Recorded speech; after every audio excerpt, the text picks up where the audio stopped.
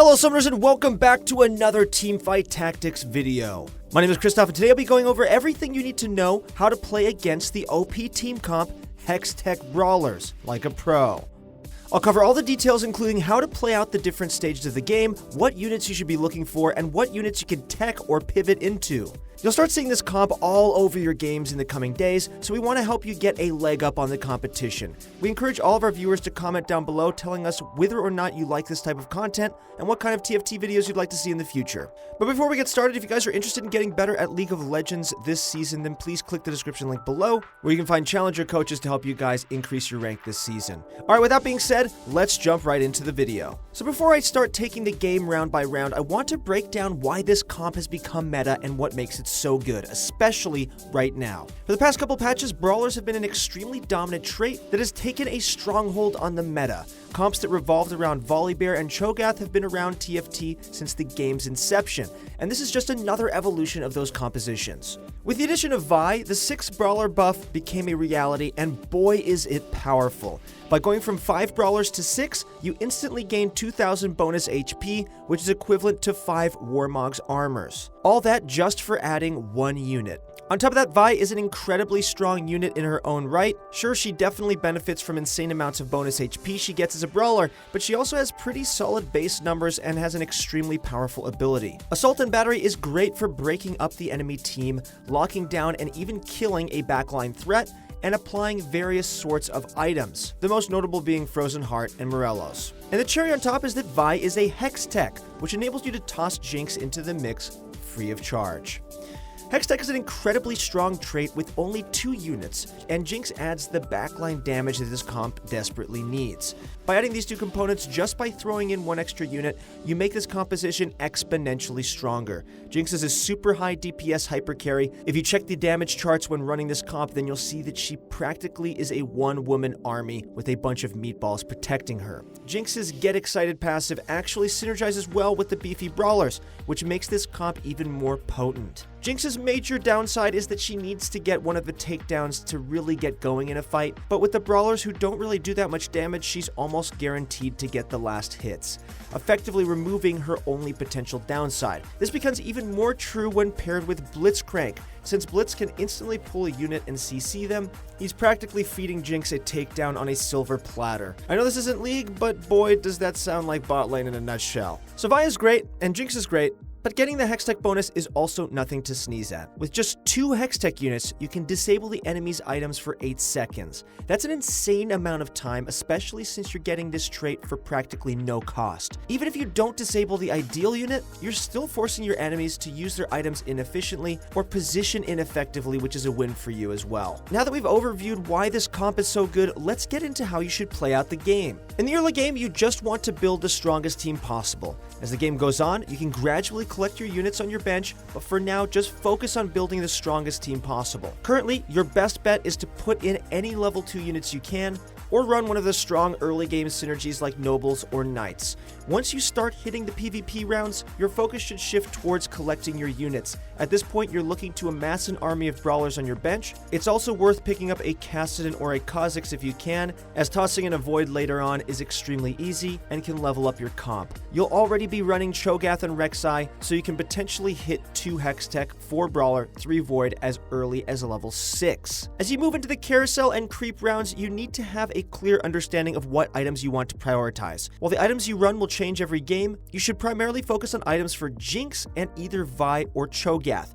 For Jinx, you'll want to grab a standard backline item that will make her strong and give her the highest potential to dish out damage while taking advantage of her attack speed and AoE rockets. Items like Rapid Fire Cannon, Runan's Hurricane, and Red Buff are great on her. Personally, our analysts have found a ton of success running Rapid Fire Cannon on her. Jinx can oftentimes put herself into dangerous positions since she has shorter range than Rangers, but has less lifesteal than carries with the same range, like Draven. Rapid Fire Cannon guarantees that she won't accidentally walk into melee range, and lets her fire AoE rockets from across the map. For Vi and Cho'Gath, you'll be looking for standard AoE frontliner items. Things like Guardian's Angel, Morelos, and Frozen Heart are great choices. Guardian Angel ensures that you'll get your impactful ability off, Morelos will remove any potential healing and will burn a lot of the enemy team. And Frozen Heart will cripple the enemy's attack speed while giving your tank some added mana for their ability and bonus armor to tank just a little bit longer. Alternatively, you can forego creating items for your late game comp and focus on building items that can snowball the early game. Things like Static Shiv and Ionic Spark can outright carry you to multiple wins early on. You might compromise some of your late game power by building them, but they're definitely a good option for securing your status late game. As you accumulate these items on your bench, you'll want to put them to good use while you assemble your team. There are two ways of doing this. You can either build the completed item that you'll want down the road on a unit that you're 100% going to sell,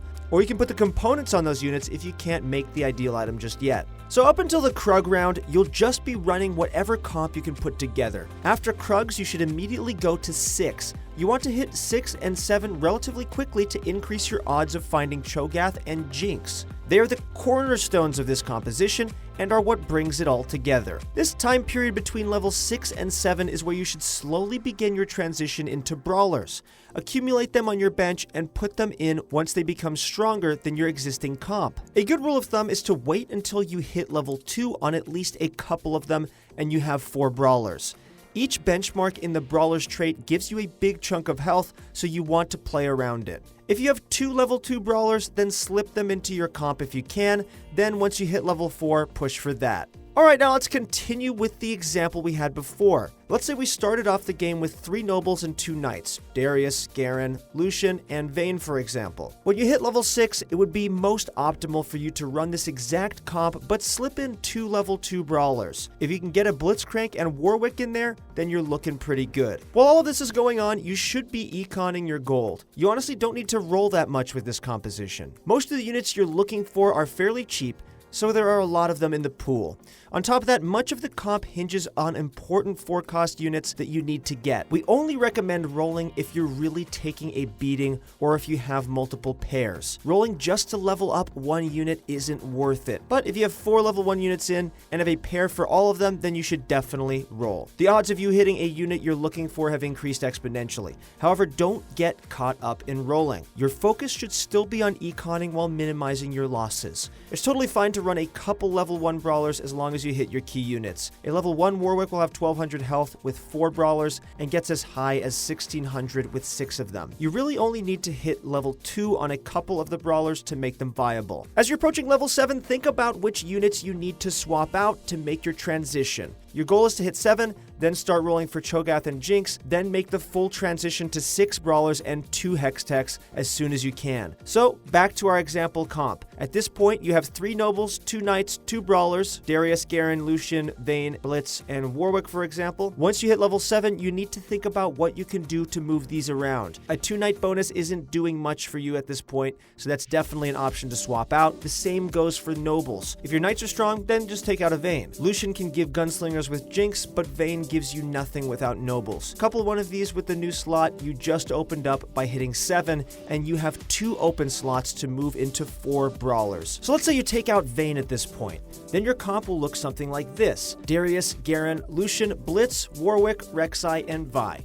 That's a pretty solid lineup. From here, all you're looking to do is econ it up, roll when you have the gold for it, and hit Jinx and Cho'Gath. Once you do, you can start implementing them right into your comp. There are a couple ways of doing this. If you find both of them, then you can put them both in, plus the remaining brawler to get 2 Hextechs, 6 brawlers. If you only hit Jinx, then you can take out the Darius in this example, but keep Lucian in for the 2 gunslingers. And if you only have Cho, then you can take out Darius and Garen for 6 brawlers. Regardless of how you go about it, you'll eventually hit them both and complete your 7-unit comp. Alright, so what do we do from here? You've completed your 7-unit comp, but the game still goes on. Well, you have a few options. The obvious one is keep econing while looking to level up your units. Hitting level 2 on Jinx and Cho'Gath is super important for improving your comp, so you need to be on the lookout for that. However, don't let that distract you from leveling to 8 later on. there is still a lot you can do with this comp, which mostly involves teching units that fit your needs. The best things to tech into this comp are Misfortune for Gunslingers, Anivia for Glacial, and Kassadin for Void. You can also go a universally strong unit in the super late game like Karthus or Kale, but our analysts would recommend going one of the previously mentioned synergies if you have the option. Each of these 3 techs have their own benefits and really depends on what you're hitting with your rolls. It also depends on what the enemy team is going and how your team is built. If your Cho'Gath is level 2 and is super stacked with items, then it's definitely worth going Void. If your Jinx is a total machine and you hit Misfortune, then you might want to go for that. And lastly, if you keep running into Anivia and are into an auto attack focused team that like to clump together in the corner, then Anivia can be a pretty good addition. These tech units should round out your composition pretty well and will carry you into the late game with an easy victory. Alright, this should give you guys a good understanding of how to run Hextech Brawlers throughout the game. But before we go, we do have a few tips and tricks for running this comp, so let's dive right into those. For starters, you always want to consider your Blitzcrank's positioning. This is true of any brawler comp, but is especially important when running Jinx. Blitz obviously wants to pull the most important unit possible, so position him based on your enemies. But what's also important is feeding that kill to Jinx. You typically want to position your Blitz in front of or close to your Jinx. This will force her to target the units that get pulled, letting her get excited very quickly. The next thing to look out for is assassins. Since Jinx is your major damage threat, you definitely don't want an assassin to pop her before she can get anything done. Since you'll likely have a lot of dead brawlers that are only good for tanking, feel free to drop a Warwick off to the side of Jinx. This unit will draw the assassins to jump to it instead of the Jinx, but you should also be on the lookout for non-assassin games. If nobody's running any units that can jump onto Jinx, then you can push your brawler frontline all the way up to the front, since nobody can get around them. They'll be forced to punch your tanks while Jinx can free fire from the backline. Alright, now that wraps up our guide on how to play Hextech Brawlers. If you guys enjoyed watching this video, then please leave a like, comment, or sub to our channel to be notified for the next one, and make sure to check out ProGuides.com for some great coaches. Thank you guys so much for watching, good luck in your next few games, and we'll see you on the Rift.